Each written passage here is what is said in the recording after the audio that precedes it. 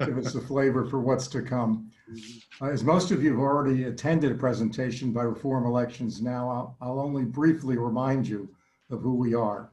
We're an informal, nonpartisan association of mostly Harvard Business School alumni, initially motivated by a thesis by business executive Catherine Gale and Harvard professor Michael Porter, that the current politics industry is a duopoly with negative impacts affecting American business competitiveness. They identified election processes as a major part of the problem, disincenting constructive government action. They suggested, and we agree, that election reform can be a major factor in making our government work better for the people, rather than just for the political parties. Our team has been working for 2 years to understand and educate ourselves and others how to include engagement as part of our civic responsibilities. The high turnout for this year's election reflects both an interest and a concern for how our government functions, with many questioning the fairness of both the process and its results. While much of what you've heard and will hear this afternoon is intended to guide us through the coming weeks, it's our fervent hope that you will not forget the uncertainty and angst of this election. We cannot afford to be too exhausted in 2021, but must work on reforms that can make our democracy and government better before the next election cycle. Please pay attention to the major reforms on this year's ballots, which involve campaign financing, opening primaries, and ranked choice voting in at least Maine, Massachusetts, Alaska, and Florida. And we hope potentially some of those kinds of initiatives will appear in subsequent years in other states. The problems of political polarization and disenfranchisement of moderates and independents in our election processes are not going to go away after November 3rd. Please join with us in future months as we explore ways to improve election processes and thereby make government work better for all the people. And now to move to the substance of this afternoon's program, where we shall discuss why we can go to bed before midnight on the night of November 3rd. Peter Cyrus hates long introductions, but our Reform Elections Now team has to acknowledge and very much appreciate the intellectual depth along with the research and communication skills that our Director of Research has brought to a truly complex subject. I now turn the meeting over to Peter. Thanks, Mike, and thank you all for coming. I hope you all are taking your coronavirus test. Great to know I don't have corona. Okay, so today's topic is what to watch for on election night. Now, we see 3 potential election outcomes. Biden could win a clear victory on election night. The election results could take several weeks with either Trump or Biden winning, or the election could be disputed, ending up in Congress or the Supreme Court. Now, I just want everybody to understand, we are not predicting a Biden victory, nor are we taking a partisan position. We are a nonpartisan organization. But the issue on election night relates to which states are going to report first. Many of the states Trump needs to win will report early. If he doesn't win these, he will face a difficult path to 270. Many of the states Biden needs to win will not report on election night or not report completely. And if Biden does not win these states, Trump can win the election. But we could wait weeks to get more complete results.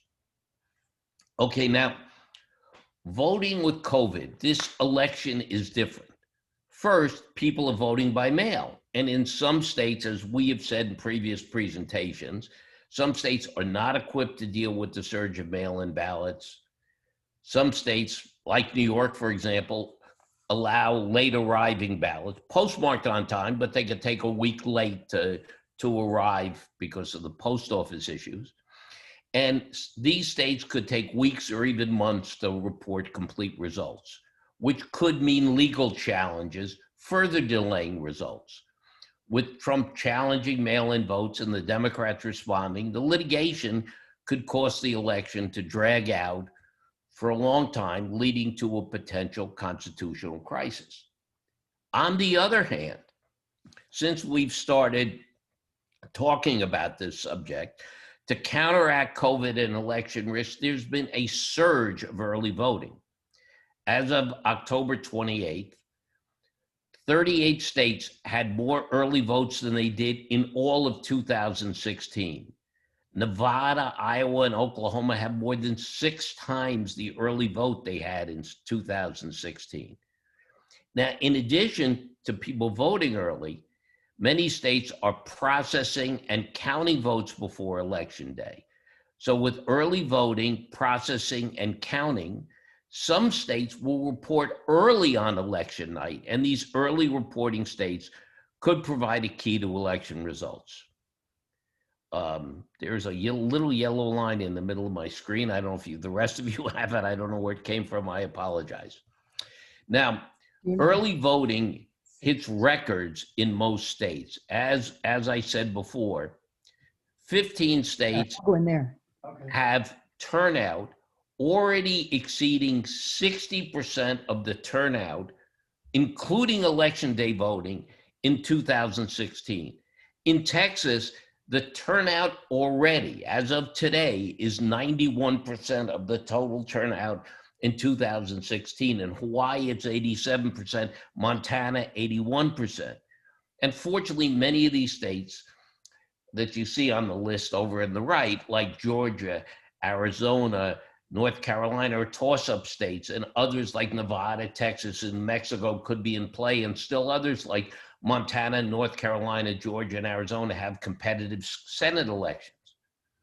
Now, there are a few states with little early voting. 5 states have less than 20% early voting, and if you could look, see, New York is number 48 on our list of 50.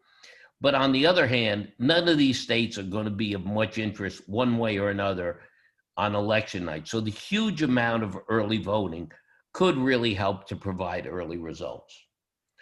Now, for those of you who are watching TV or listening to the radio, the in-person votes are usually counted first. Now, it's estimated 80% of Republicans will vote in person versus 40% of Democrats. And the 40% includes the early voting. This likely means that Donald Trump and the Republicans will start their night with a substantial lead, meaning Democrats are going to throw things at their TVs and Republicans are going to put on their MAGA hats and celebrate. But that could be premature. As days pass and mail-in votes are counted, the Democrats may or may not catch up and may or may not take the lead. But no one should be sucked into the early results on Election Day because partial results are going to be misleading. If you see results from Pennsylvania or Michigan or Wisconsin, don't listen to what they're saying because you're not going to know what votes they're counting. Focus instead should be on states with complete or almost complete results.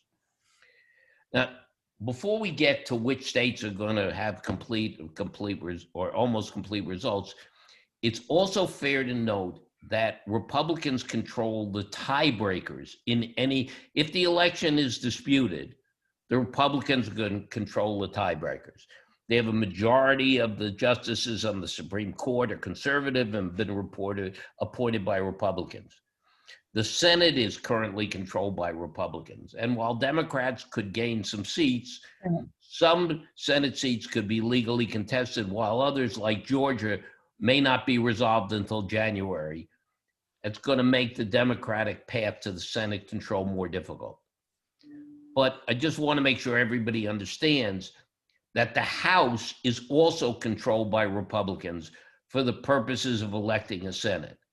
While Nancy Pelosi is the Speaker and is likely to remain so, and while the Democrats have more seats in the House, if it goes to the Electoral College, if the Electoral College ends up in the House, each state gets 1 vote. California and North Dakota have the same vote.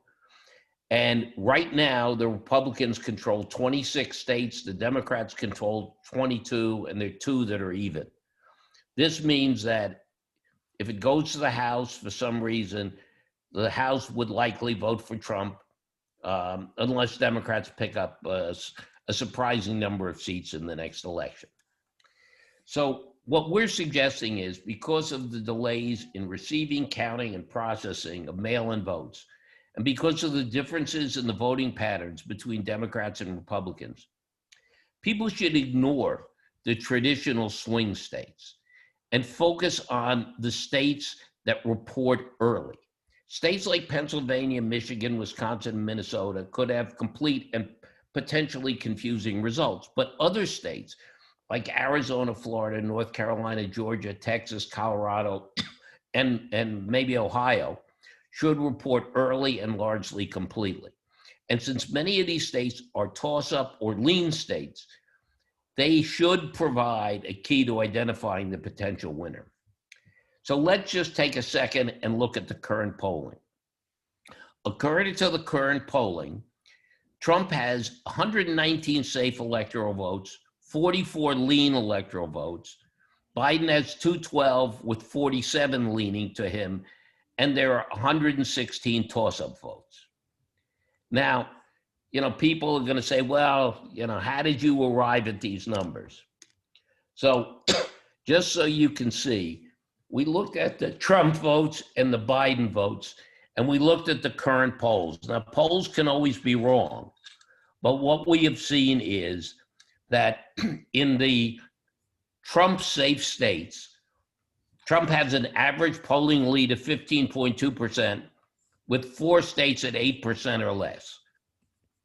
Biden has an average polling lead of 27.4%, with no states at 10 or less. Now, we expect all these seats to remain safe. But when you look at states like South Carolina +5, Indiana, Missouri +7, you see that Biden is a little stronger in his states than Trump, in his safe states, than Trump is in his. Okay, let's look at lean and toss-up states. In the lean states, Trump has an average lead of 4.1%, but Texas is only 1%. 1% is not a lot. Biden has a lead of 7.8%, with only the main second congressional district at less than 5%. Biden's margin in Michigan, Wisconsin, Minnesota, and New Hampshire which I'm calling lean states for Biden, is higher than Trump's margin in 4 of his safe states. So this is how we think Biden's position with his states is reasonably secure. And it doesn't say they're all going to go that way, but we're comfortable categorizing them as leaning to Biden. Now, the 7 toss-up states plus Nebraska #2 are all very close. If you take away Nebraska #2, Biden's lead is less than 1%. Any of these states can go either way. So let's see the path to victory for both candidates. For Trump to win, because he starts with 119 total and 44 lean, he needs to pretty much win all the toss-up states. If he wins the toss-up states, he can win the Electoral College. Now, he can also exceed 270 by winning a couple of lean states like Wisconsin, Michigan, Minnesota, these kind of states. And the problem that Trump's going to face is that Pennsylvania, Wisconsin, and Minnesota and others will not report complete results on election night. So we have come to the conclusion that Trump can win, but he's not going to win on November 3rd. And if he wins, it's going to be a long and protracted process. Okay, let's look at Biden's path to victory. Biden has 259 safe or lean votes. Now, even if we exclude Wisconsin and Michigan, where, if you remember from the previous charts, he's got leads of 10.7 and 9.2%. But even if we exclude that, he really only needs to win 1 or 2 toss-up states to win the election. So if Biden can win several of these toss-up states, the Florida, Georgia, North Carolina, Ohio, Iowa, Arizona, leaving Pennsylvania out because they're not going to report. But if he's going to win those states, if he could win a couple of those, he pretty much will have the election. So let's see what we're going to focus on and not focus on. Okay, as I said, battleground states, Wisconsin and Pennsylvania, do not process or count before election day. That means they got stacks and stacks and stacks of mail-in ballots. They got to start opening each one and counting it. Michigan starts processing 1 day early, not much of a head start. And Michigan and Pennsylvania count late arriving ballots. So forget those states. You're just not going to learn anything of great value. Now let's look at some Trump states. Alabama and Mississippi do not process ballots before election day. And frankly, as you remember from the earlier chart, have almost no early voting. North Dakota, Louisiana, Wyoming, Oklahoma, Missouri, South Carolina, West Virginia, and Arkansas do almost no processing and no early counting. And several of these also allow for counting of late arriving ballots. So you're not going to learn anything from any of those states. If you're sitting there and hoping that you learn whether Lindsey Graham is beaten or lost to Jamie Harrison, don't hold your breath. Now, New York doesn't start counting until November 6th. So it doesn't start counting until November 6th. Let me repeat that. It doesn't start counting until November 6th. So don't sit up watching, New York results. And Biden states like Oregon, Connecticut, Vermont, Delaware, Washington, Hawaii, Massachusetts, Illinois, California, and Virginia don't start counting until election day, and many allow late arriving ballots. So you can forget those states as well. So who are the canaries in the coal mine? Well, to understand the outcome of the election, we're going to focus on early reporting states. These are states that should be able to report before the traditional swing states, and they will tell us whether Biden's won, whether Trump has a chance of winning, or whether the election is too close to call. And mind you, these states are going to be important on their own, but they're also going to provide indications of how results will fare in other states. If you see Ohio with a particular result that surprises you toward Trump or toward Biden, it's logical to assume some of that will carry over to Pennsylvania and Michigan. So let's take a look at these early states. First, we're just going to look at a couple of lean states, just because the numbers say they can go either way, and there's some other interesting things. While we think it's unlikely Trump will lose Texas, mind you, he only has a 1% lead in the last poll. And Texas has 22 days of early voting, started processing on October 22nd, and will start counting on October 30th. More than 7 million votes have already been cast. Texas, as we said earlier, is over 90% of the votes, total votes in 2016. That means the election I'm not saying the election is done, but Texas has all the votes it's pretty much going to need. So if Trump wins Texas, which is what we expect, he's still playing.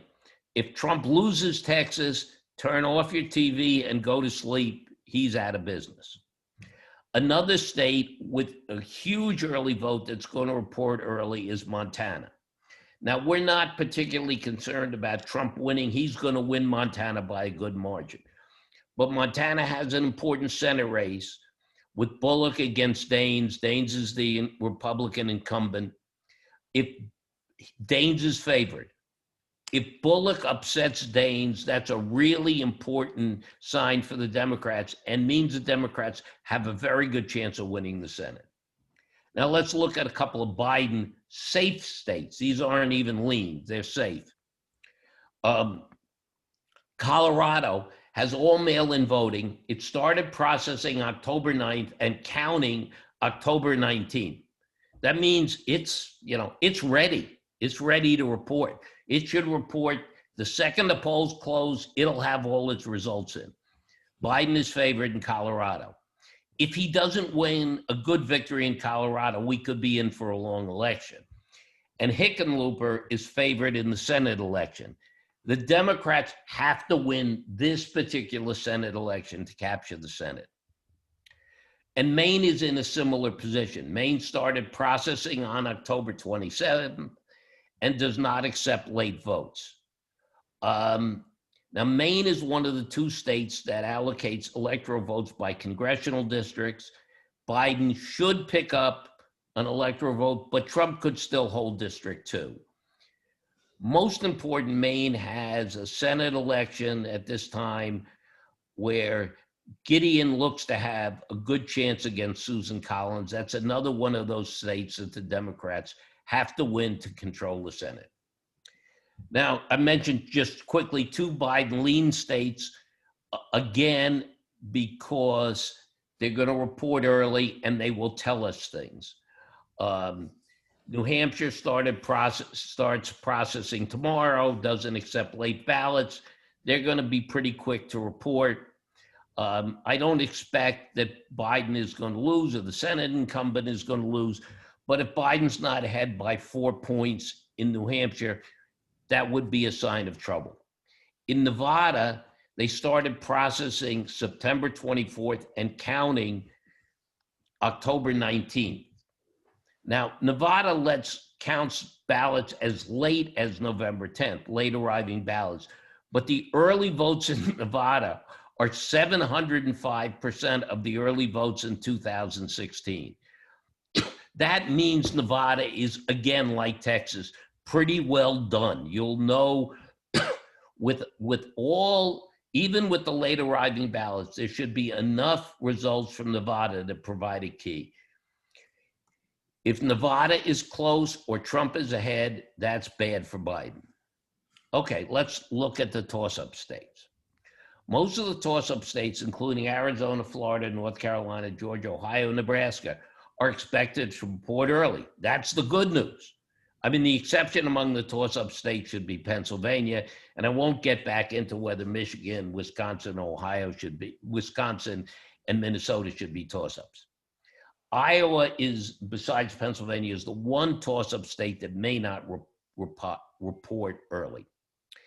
In 2016, Trump won all of these toss-up states, which have 116 electoral votes. If Biden has 212 safe votes, and if Michigan and Wisconsin and Minnesota have 36, Biden does not need to win more than 1 or 2 of the toss-up states to have a clear path to victory. If Trump sweeps the toss-up states, he could win the election. So let's look at these toss-up states. Now, Arizona, even though it's in the Rocky Mountain time zone, will be one of the first to report. It started processing ballots on October 7th and counting ballots on October 20th and won't count late arriving ballots and has 27 days of early voting. When the polls close at 9 o'clock Eastern time on November 3rd, Arizona is going to put up results. You'll see what they are. They'll be complete. Trump carried Arizona in 2016, but mind you, there were four major candidates in 2016. There was in a state like Arizona, he carried Arizona with only 48% of the vote. Most show Biden with a small lead. If Biden wins Arizona, its 11 votes could be sufficient if Biden also wins the lean states. If Trump wins Arizona, he still has a path to victory. Also, you want to look at the Senate election, and actually recent polls, McSally has actually been ahead of Kelly, but this is, again, a critical Senate election for the Democrats if they have any hope of grabbing the Senate. Okay, next we come to Florida. Everybody remembers hanging chads. Everybody remembers the recount in 2018 in Florida. This year, Florida is going to shine. And when I say shine, I'm not saying they're going to report for Trump or for Biden, but they're going to get their act done earlier. They have 10 days of early counting and traditionally have had a large amount of mail-in votes, so they know how to handle it. They started processing ballots in September, and they don't accept late ballots. So Florida numbers you're going to see quick. Now, Florida should be, as I said, one of the first states to report since it's in the Eastern time zone. If Biden wins Florida with all of its electoral votes, it would be difficult to envision a route for Trump. If Trump wins Florida, he still can have a path through the Midwest. If Florida is too close to call, and mind you, even if Florida has all the results, which it's had in the hanging Chad election and in the last Senate election, it could still be too close to call. And that will point to having a long election time. Now, another state that's changed its voting rules is North Carolina. North Carolina has 19 days of early voting. In the first week of early voting, 2 million people cast in-person ballots. They started processing ballots on September 29th. And so they should have their votes ready on election night as well. Now, North Carolina also accepts late arriving ballots, which should benefit Biden. So it's not quite 100% clear whether North Carolina will have everything reported. So here's what we're saying. If Biden has a lead on election night, North Carolina should be in his favor and would settle the election. If Trump has a good lead, he can still have a path to victory. And if the election is close, then we could have a long wait. Once again, North Carolina has a competitive Senate race that the Democrats have, in which the Democrats have a small lead and which they have to win. Okay, another state which has also made changes is Georgia. Georgia started early voting on October 12th. It processes mail-in ballots when they're received and does not accept late ballots. Everything else being equal, Georgia would be one of the first states to report completely. But everything is not equal. Georgia purchased these expensive voting machines for this election cycle. The machines, in French, crapped out in the primary. And the fixes might or might not work in the final election. So Georgia could be a strange place because in Georgia, everything could work fine, or you could have mail-in votes counted, but not in-person votes counted if the machines break again. Trump won Georgia by 5%, but recent polls have shown it's highly competitive. Once again, Georgia's a state Trump needs to win. If Biden wins Georgia, Trump is in trouble.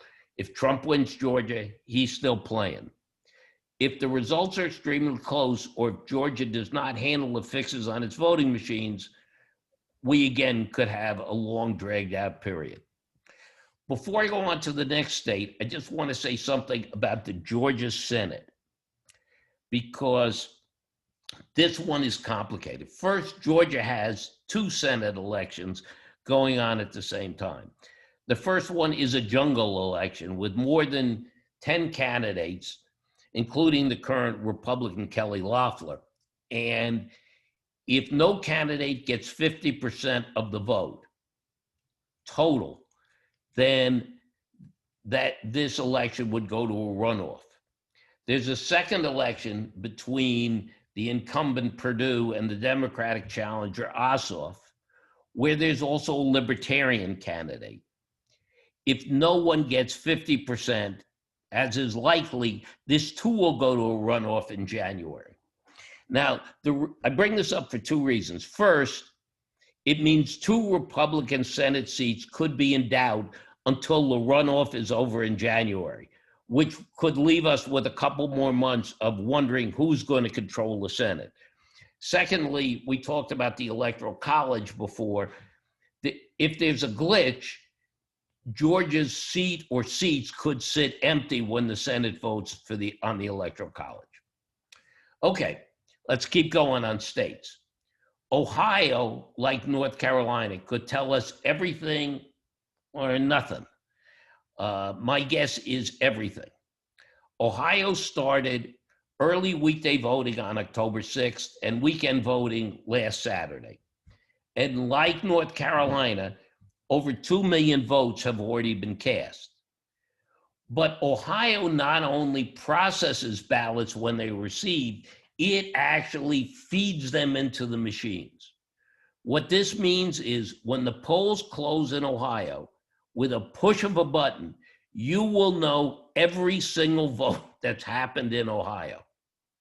So at 1 minute after 9 on closing time on Tuesday, Ohio will have complete results with one small exception.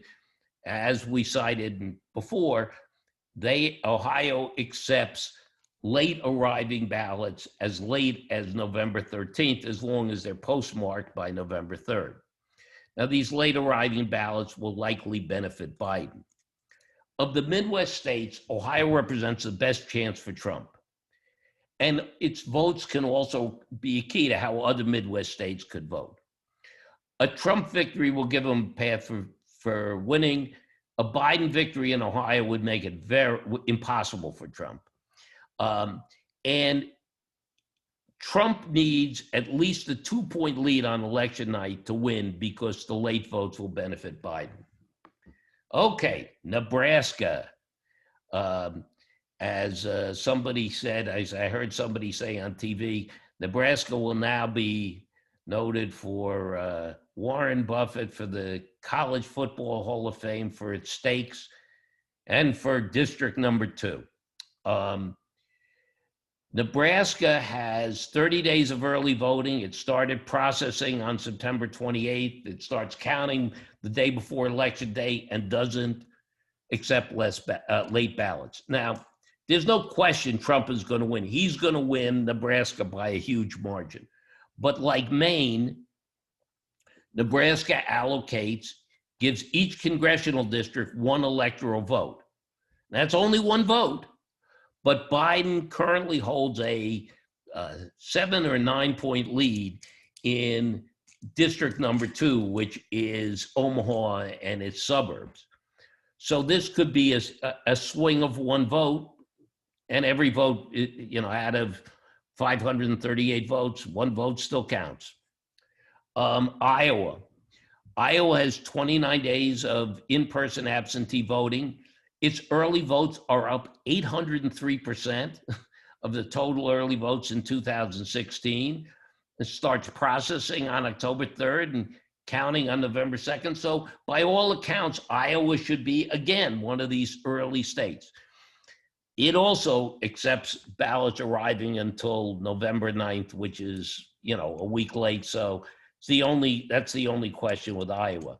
Of the toss-up states, Iowa should be ahead of Pennsylvania, but behind the others.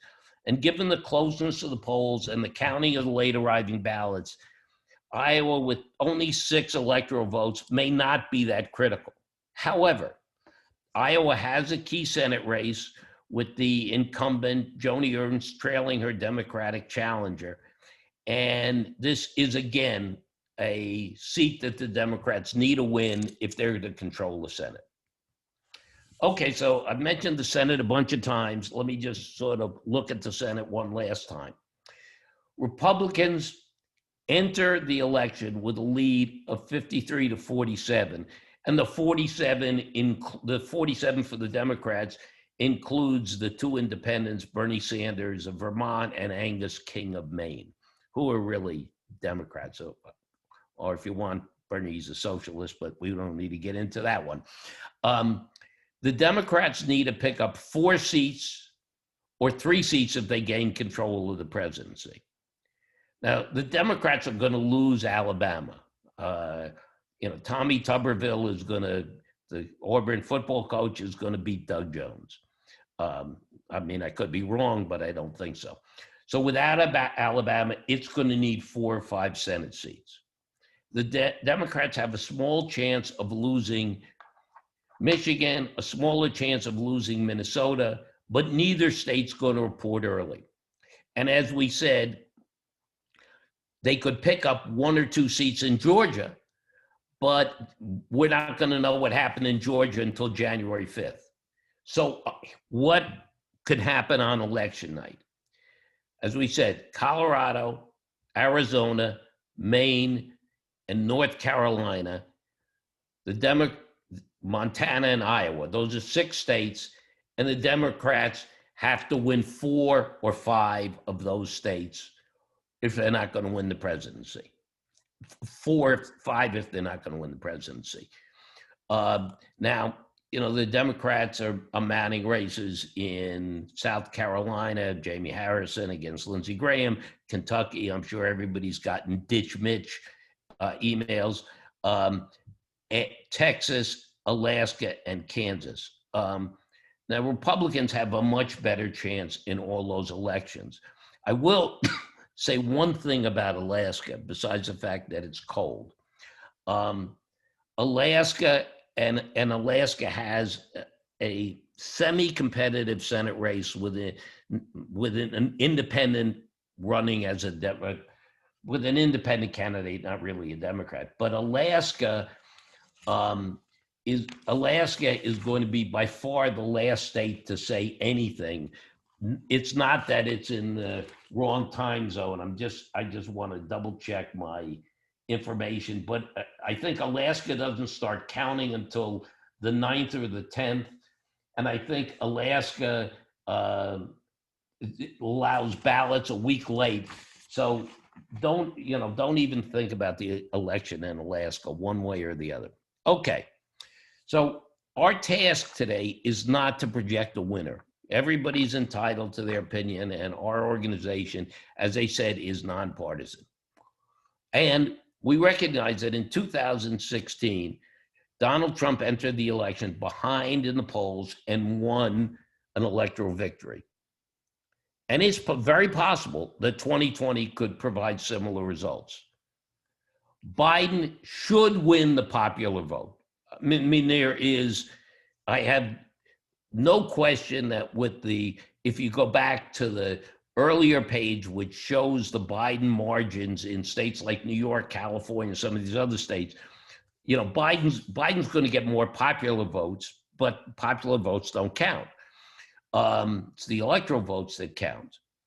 And as we said, some states like Pennsylvania, Wisconsin, Michigan, and Minnesota could take extra time to report. We're focusing, as we've said, on the early reporting toss-up states that Trump won in 2016.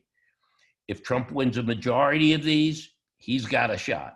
If Biden can win 1 or 2 of these states, he could be in a strong position to win the election and win it early. Arizona, Florida, North Carolina, Georgia, Ohio, Nebraska, too, should all report relatively early, assuming no voting snags like the machines in Georgia I talked about.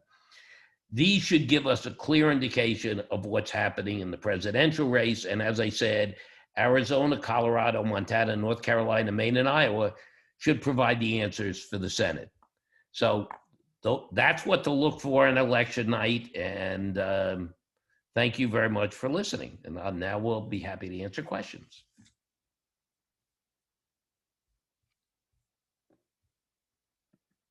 It's Herb Kaplan. I'm one of the members of the core team of Reform Elections Now. And first of all, I want to thank Peter for another great presentation. I want to say that if anyone would like a copy of these slides, we're going to make them available on our website, reformelectionsnow.org, probably by tomorrow, if not tonight. And you can access the slides and have that information. You may want to refer to it on election night because Peter has given us a lot of information to really glean early on what might be happening, even though some of the states might be late reporting. We might get a very good indication on election night, and you may use Peter's presentation to help you remember some of the important points he made.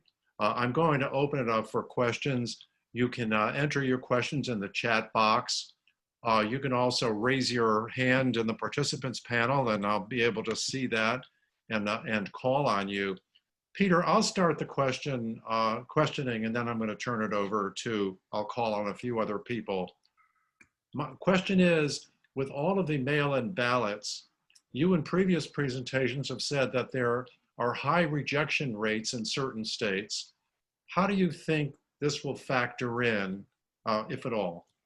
Okay, well, a couple of things. First, the states that are worst in mail-in ballots, like New York, don't count because they're too one-sided, unless you're focusing on, the Max Rose, congressional race or the Lee Zeldin congressional race. Secondly, what's happened is that a lot of people have taken advantage of early voting, so there's less mail-in voting than was first feared. I suspect that in states like Pennsylvania and some others, you are going to have a fair amount of rejection of mail-in votes, and there's nothing you can do about it. As I said, the states that have all mail-in voting, like Colorado and these other states, Washington, Oregon, states that are experienced in it, like Arizona, these states have corrective measures. So if my ballot gets rejected, they contact me and give me a chance to resubmit it with a new signature or whatever. So the states that I was most worried about with mail-in votes are the ones that have little experience. And fortunately, most of them are not going to be the key states in this election. Thank you. I would like to call on Angel Gallinal from Florida. You had a question about court rulings, and rather than me read it, Angel, Yeah. why don't you ask the question to Peter? So, thanks, guys. And Peter, I'm gonna write this down just in case you end up going in the Old Takes Exposed Hall of Fame for all the things that you wrote. So if you have any other updates, let me know. But no, my question was really more a generic one. Will any potential legal challenges between now and Tuesday alter what you're thinking here? Including, I guess, that people have been writing about Pennsylvania. I'm not really up to date on what's happening there, but do you see any other things that are gonna, maybe change some of the landscape of what you're predicting? I don't think so. I mean, it's interesting. I don't understand what I mean. I don't understand the legal challenges. I read, for example, why the Supreme Court agreed to allow Pennsylvania to accept late ballots, but not Wisconsin. I mean, it's like, I'm not a lawyer. I played one on TV, I think, but I think one of the side effects of all this noise has been that the biggest issue with ballots is this question of the post office and the late arriving ballots. And I think people have awakened that they can't wait till election day to put their ballots in the mail. So I think the problems, I don't know what's going to come up in the next couple of days, but I don't expect anything to radically change. Thank you. Question from Paul Sarno in Florida. Paul, unmute yourself. Yeah, okay. You can hear, right? Yeah. Yes. Peter, I had two questions, but I hope you'll entertain one which is not directly on the topic tonight. But I wondered, since your last, were there any significant changes by the states or the federal which cured in whole or in part some of the problems that you raised in your last talk? Yeah, I mean, there are two major changes. One is, as I say, that people have gotten the message and have just started going, standing online, going to the polls, doing the early voting. So that's taken a lot of the pressure off. You've also had states, this gets back to Angel's question. States, a number of states tried to extend the dates that votes could be received. The Supreme Court accepted Pennsylvania's and didn't accept Wisconsin's for various reasons. But some states have also passed, some state legislatures in the last week or 2 weeks have passed legislation allowing for early counting, allowing for early processing. So there've been a number of changes on the state level, not on the federal level, but on the state level that will make the election easier. And I had one more question. Aren't I correct that it's thought that that Kelly is ahead of McSally in Arizona? And Kelly, and this is the problem with doing these presentations. Kelly has been ahead of McSally and safely ahead of McSally for the last several months. Today, 2 polls came out which had McSally ahead of Kelly. Now, the problem with polls is, you don't know the accuracy of particular polls. I mean, so somebody may have, as I say, the last, Kelly has had a solid lead. The last 2 polls give McSally the lead, so I just put that in just to... Were the names of the pollsters recognizable to you? It wasn't Quinnipiac or Maris? It was the names of the pollsters. Bear with me 1 second, and I will tell you who they are. But thank you. Let's see.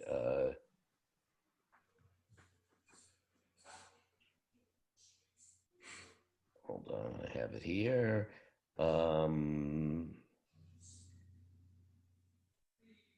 No, I can't find it, but I do know that the last 2, there's a poll, Morning Consult and no,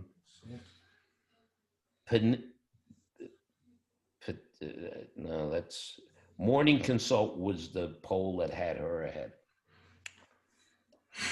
Thank you. I'd like to now call on David Purcellay. David, you have a question?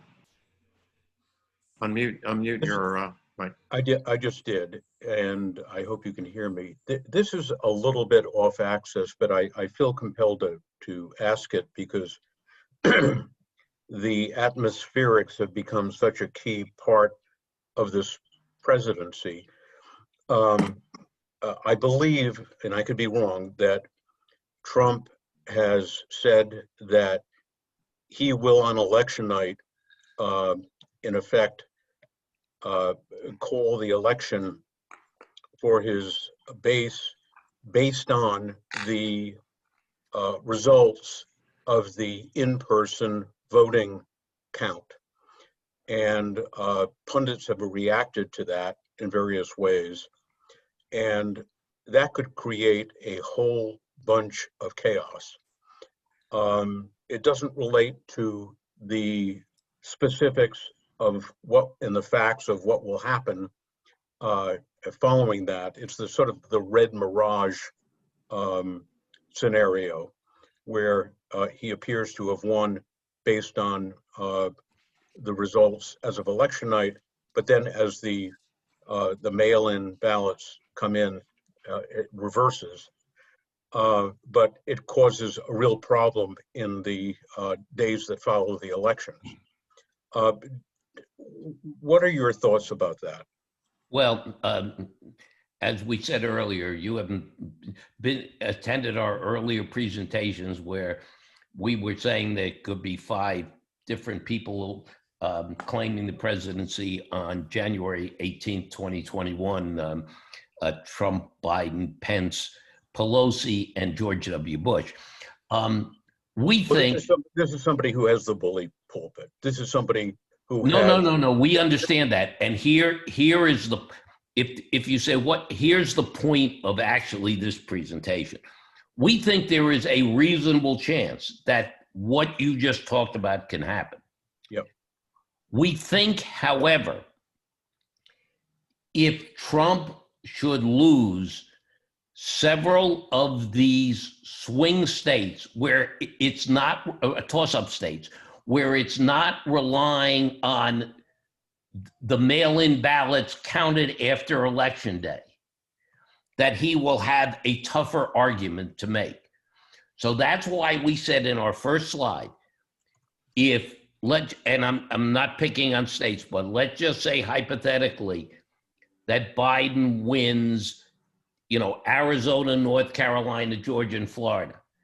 And I'm not saying he will, this is a hypothetical. It will be very difficult for Trump then to say,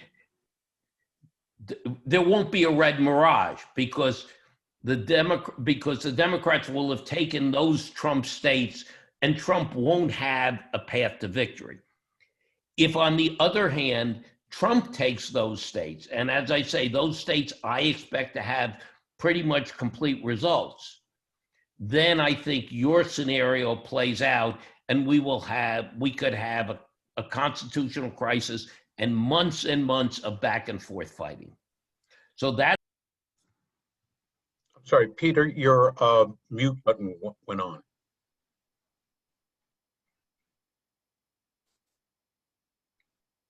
Peter, you have to unmute your microphone.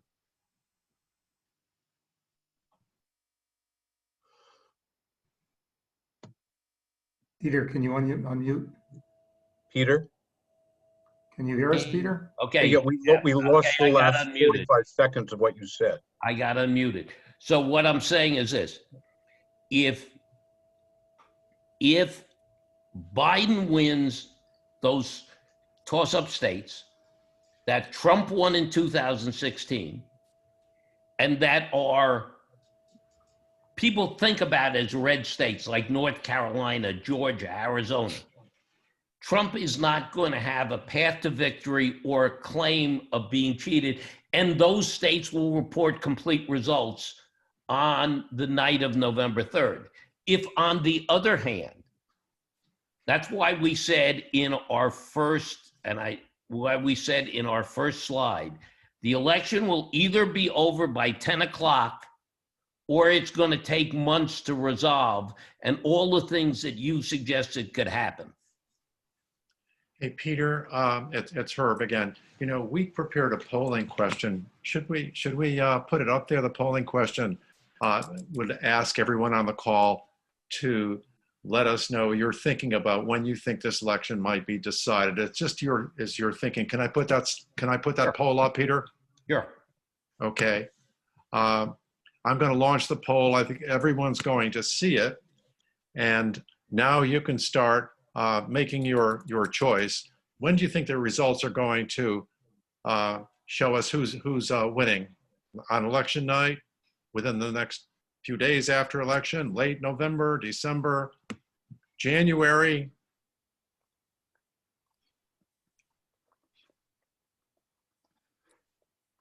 I'm going to give you another 10 or 15 seconds to respond if you want to.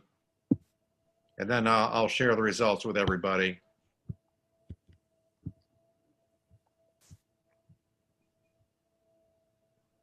Okay, another 10 seconds.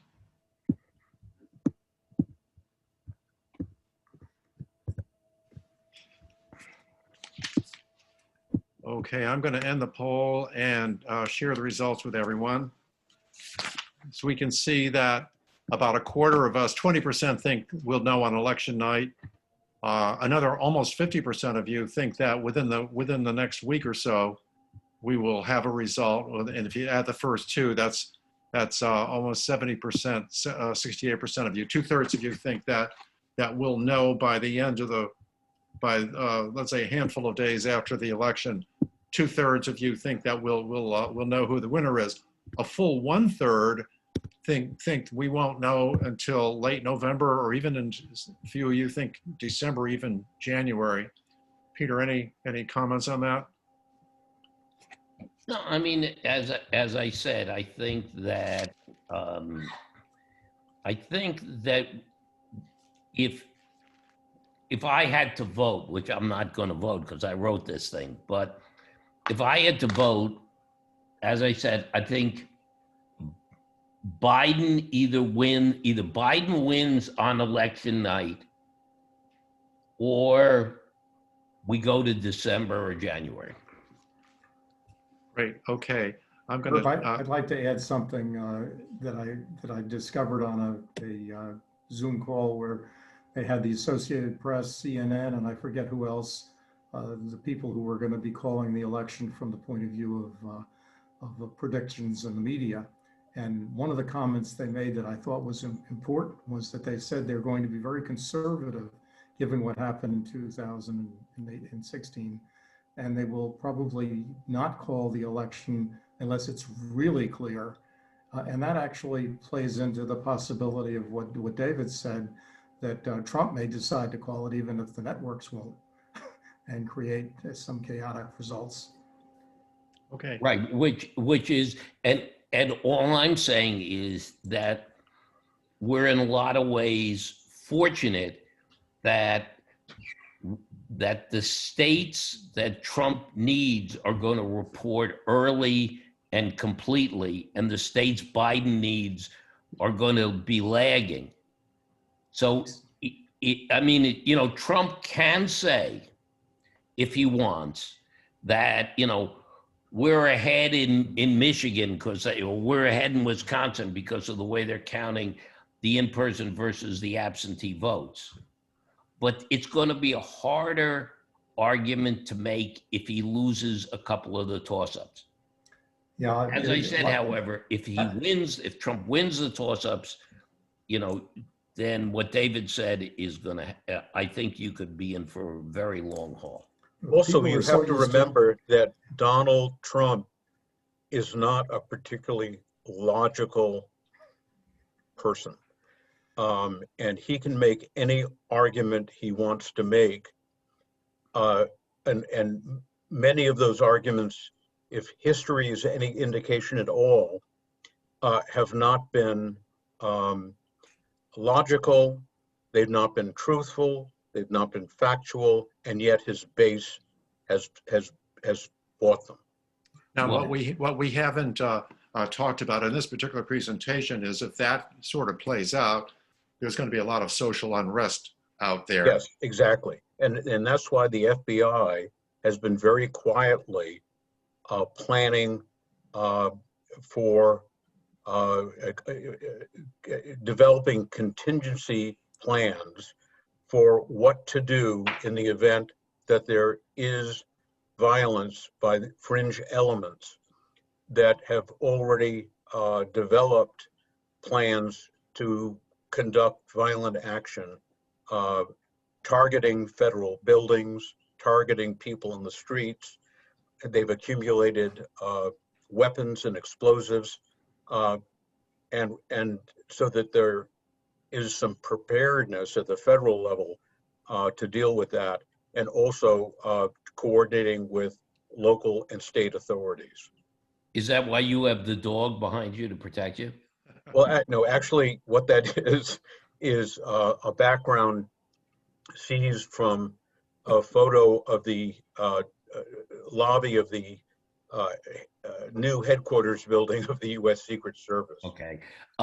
Well, no, I just want to say that in our previous presentations, we've talked about things like Trump invoking the Insurrection Act of 1807 and things like that. And as I said, our point is very simple. It either works quickly or it's going to be long and painful. Yeah. As to invoking any act that involves turning the military against fellow Americans, I think the response is pretty clear. I think they're going to turn to the president and say, "No, sir, Mr. President." Well, Peter, may I ask a question? First of all, great presentation. I really. Yeah, phenomenal. Yeah, Richard, I was going to call on you next. Go ahead. Richard Kane. Thanks. I didn't hear you mention what took up a bunch of time in the news a few weeks ago, the right state legislatures essentially calling their electoral vote count the way they like. And it's disappeared from the news. Do you see that happening? You read anything about it more current than what was last happened? Richard, I couldn't hear your question clearly. Can you ask it again? Yeah, a few weeks ago, there was a fair amount of press on something that I never realized was true, but that the state legislatures have the authority to vote the electoral count the way they want to. So they basically can ignore the election results in their state. And then it's disappeared from the press. So I haven't followed anything that suggests that there's a concern that that could happen. Yeah, I actually think it's worse than you've described it. Okay.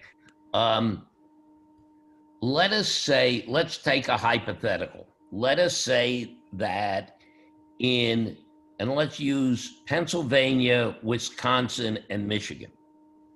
And let's say that with the delays in New York, in where you live, you're in Carolyn Maloney's district. Oh, right? I am. Okay. I was about to tell you how I voted today, but I pulled that back because it's nonpartisan. So it took 6 weeks to count the votes in that congressional primary. The number of votes in the final election is 6 times that in the congressional election. Logic says that would take longer than 6 weeks. On December 8th, the electoral colleges in each state have to vote.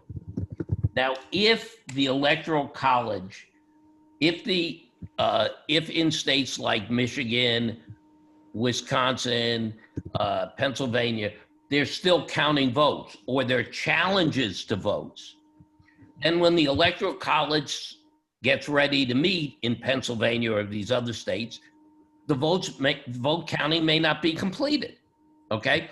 And let's say hypothetically that Donald Trump is ahead by 8,000 votes, but there are 42,000 votes left to count from Philadelphia.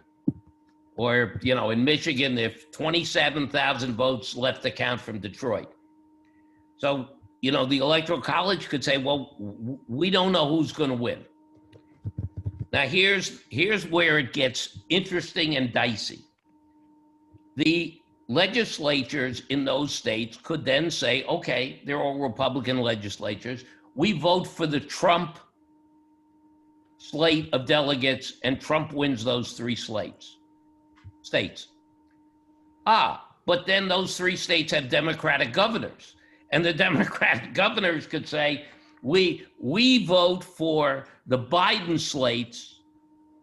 And as I read the Second Amendment of the Constitution, and not second, as I read the Constitution of the United States, it is moot on whether it's the legislature's decision or the governor's decision.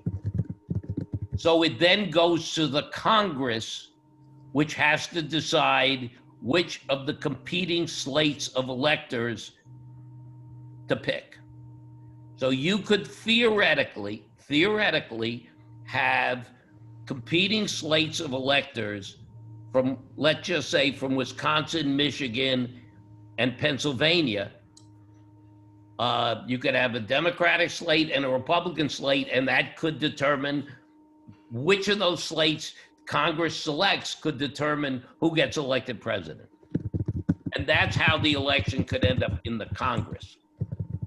So whatever you've read about it is true.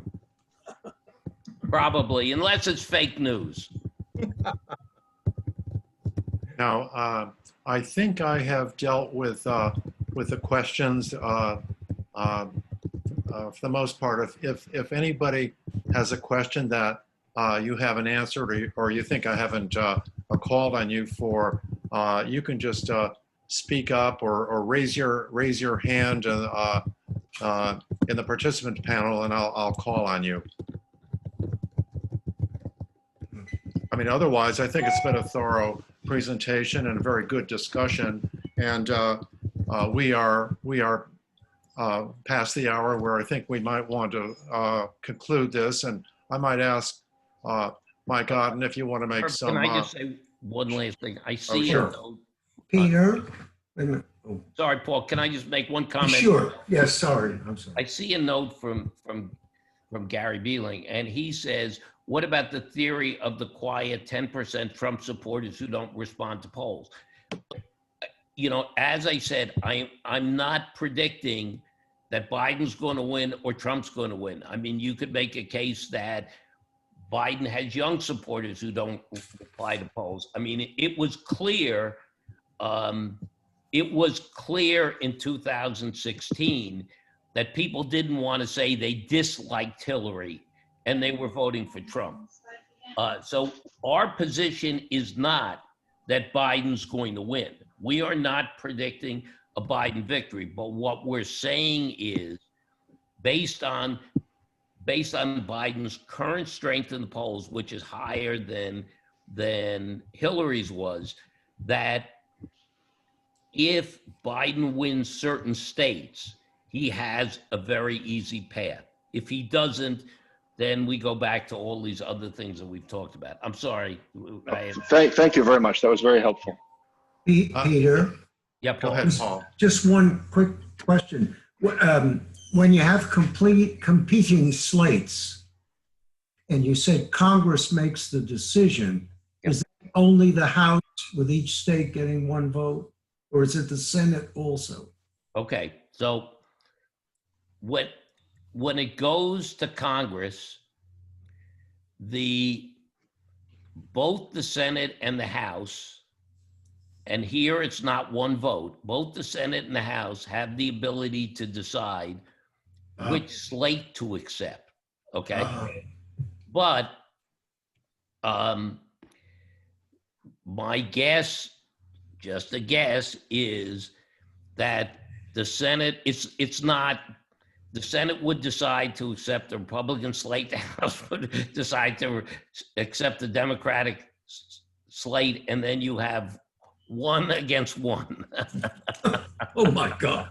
I mean, it's the incoming Senate, right? it is the incoming Senate. One of the reasons I went to the length of explaining about the Georgia runoff is Senate has to, this is important, so just stick with me 1 second. I apologize for being in the weeds. The Georgia runoff is January 5th. The Senate and House meet on January 6th. So if theoretically, somebody could, Purdue, Ossoff, Loeffler, one of these people, Warnock, could claim they won the Senate race at 3 o'clock in the morning on January 6th, get on a plane, run to Washington, and try to get themselves sworn in. Yeah. Otherwise, you will have 1 or 2 seats down when the Senate. That's when you go to the. By the way, I assume, who is it that would swear him in? Is it Mike Pence? No, well, I mean, no. I mean, you're asking these are. As the president of the Senate. There are some interesting loopholes in, people didn't really learn their lesson in when Mike first voted in the election of 1876, the Hayes-Tilden election. And since then, he's been trying to get everybody to fix the laws, and they haven't quite done it. And, we're hoping that it doesn't come to that, but it could. This has been a very long and session, and I think we're going to call it to a close. Let me just say a few things. First of all, we expect that the slide presentation and also recording of this event will be available as soon as tomorrow on our website, reformelectionsnow.org. So you can go to our website and you navigate to that material. I would also say that Reform Elections Now has been, we actually started about 3 years ago, and we've been studying the dysfunction in our political system, and these problems are not going to go away, whoever is inaugurated on January 20th. And so we will, Reform Elections Now will be continuing to meet and likely have monthly sessions like we're having right now, but they might be on issues like gerrymandering, redistricting, and the nature of primaries. And there's so many issues that feed into the problems that we have right now. And we're going to be continuing our work. So we want to be sure that you just stay in touch with us, and we will continue working on these problems and trying to educate and inform and engage as many folks as we can. Mike, do you have any other closing comments?